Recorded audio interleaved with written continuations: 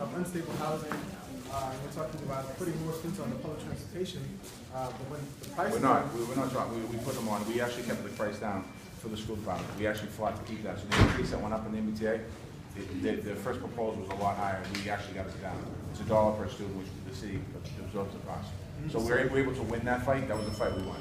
So in general, the cost of living in all cities are going up, and knowing that Boston is one of the top 10 most segregated cities in the United States, and as a young teacher of color, trying to get into the education system, I'm kind of distressed that I know that there's a cutting back of resources as I'm trying to enter, and I think that kind of it deflates. It kind of deflates me. It makes Don't get deflated. like it's not a welcoming place. No, it is a welcome place. I mean, when you look at the budget, if you look at the budget of the school department, I can't speak for any other country, any other city in America.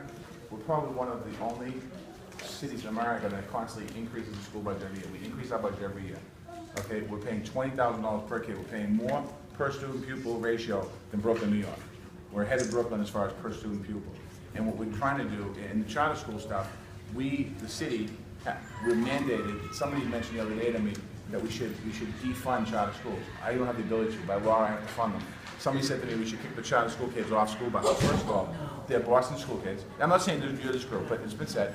But we're obligated by law to provide transportation. Those are unfunded mandates that we are responsible for.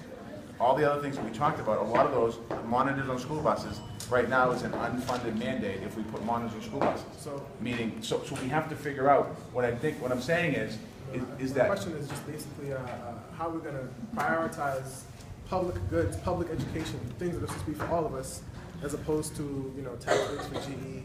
Well, let me talk about tax rates for GE just for a minute. General Electric's coming to Boston.